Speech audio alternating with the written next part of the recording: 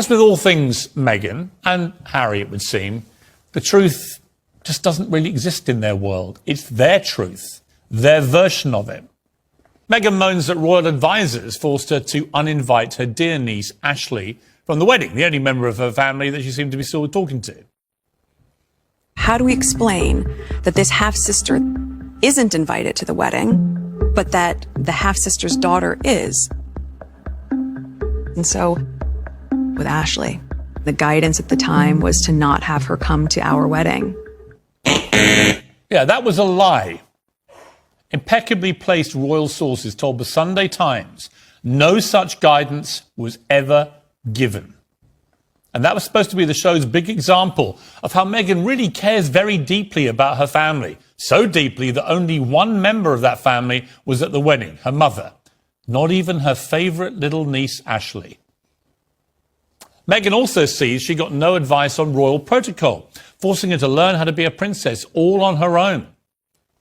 Joining this family, I knew that there was a protocol for how things were done. There's no class and some person who goes sit like this, cross your legs like this, use this fork, don't do this, curtsy then, wear this kind of hat.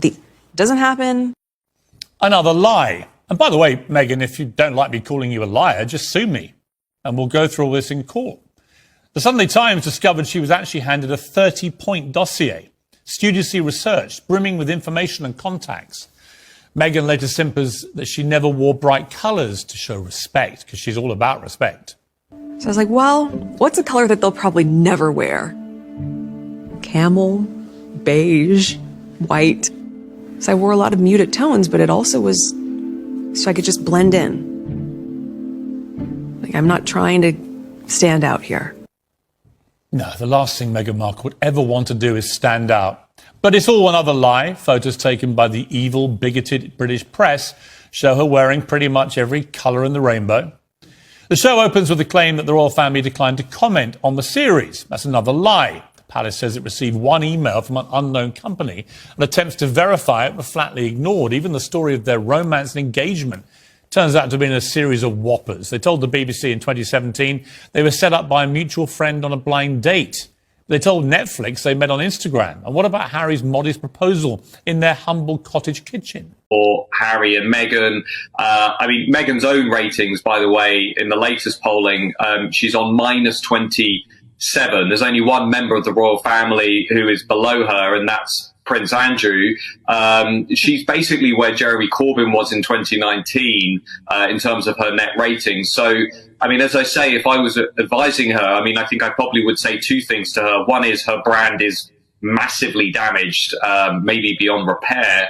And the second thing is, if you're then going to try and recover that brand among the British people, probably the best thing to do is not to be seen to be mocking the Queen, a much more popular figure in British society. They got married. I was so thrilled. I felt like it was a new era, and now I'm just so embarrassed. Are you watching this Harry and Meghan?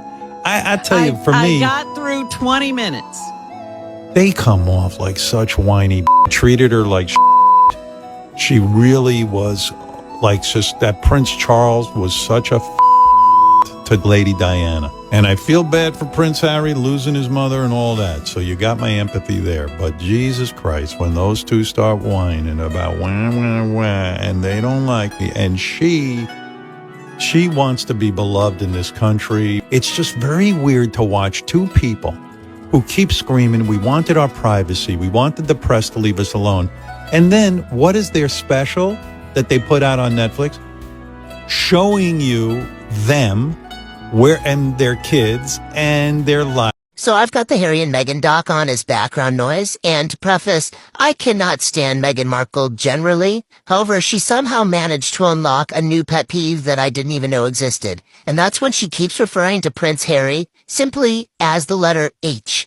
I'm sorry, I don't care if it's your significant other, friend, or foe, you should never refer to anybody by a singular letter. This is not 2007. We are not in an episode of Gossip Girl. Just call him Harry or whatever nickname you want to use, but H is so cringe. Once again, a huge thank you for being here. All the love and support in the comments. I really appreciate it. All the new subs.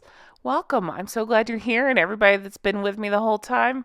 Thank you so much for all the support. If you want to further support the show, you can definitely check out my Patreon, patreon.com/Real Housewives Recaps. That's where I do like silly deep dives on things like Sex and the City. I'm working through that series right now. Guys, thanks so much for everything. I can't wait to talk about more. If you have something specific you want to talk about, leave me a comment. You know I read them all. I'll talk to you again soon. Bye-bye.